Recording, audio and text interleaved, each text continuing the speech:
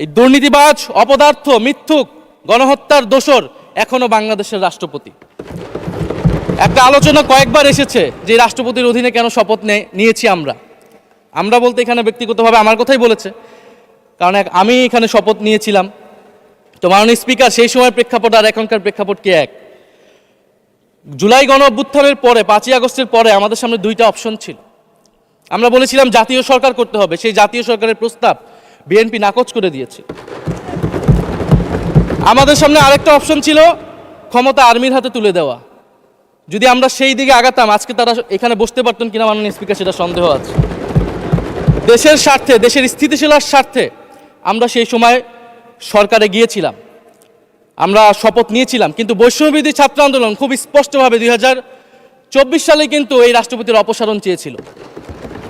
সেই সময় সাংবিধানিক ধারাবাহিকতার কথা বলে রাষ্ট্রপতির পক্ষে অবস্থান নিয়েছিল বিএনপির মহাসচিব মির্জা ফখরুল আলমগীর সাহেব, তিনি নিজেই কথা বলেছিলেন।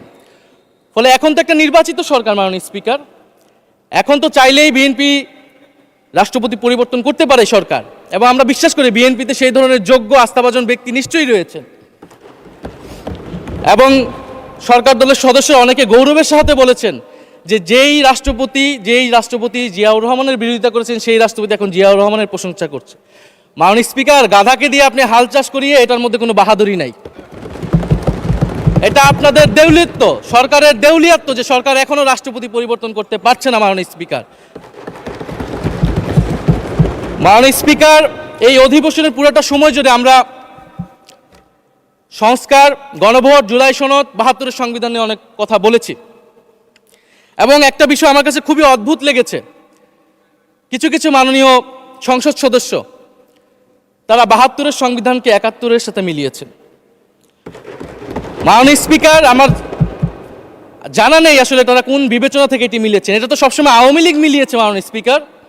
তারা 72-এর সংবিধানকে 71-এর ফসল হিসেবে 71-এর চেতনার সাথে মিলিয়েছে।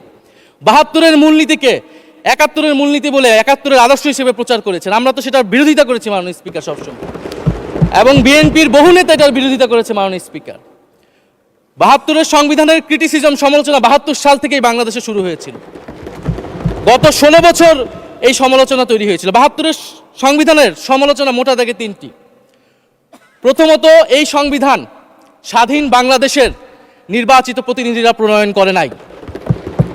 আমি সরকারি দলের মাননীয় সংসদ সদস্য ব্যারিস্টার নওশাদ জমির সাহেবের সাথে, ওনার সাথে আমি সহমত পোষণ করে বলতে চাই, একটা স্বাধীন দেশের শাসনতন্ত্র রচনা করার অধিকার, সুযোগ সেই দেশের নির্বাচিত প্রতিনিধিদের হওয়া উচিত। 72-এর সংবিধান রচনা করেছিল যারা 70-এর নির্বাচনে আইয়ুব খানের এলএফের অধীনে যারা নির্বাচিত হয়েছিল পাকিস্তানের শাসনতন্ত্র রচনা করার জন্য মাননীয় স্পিকার।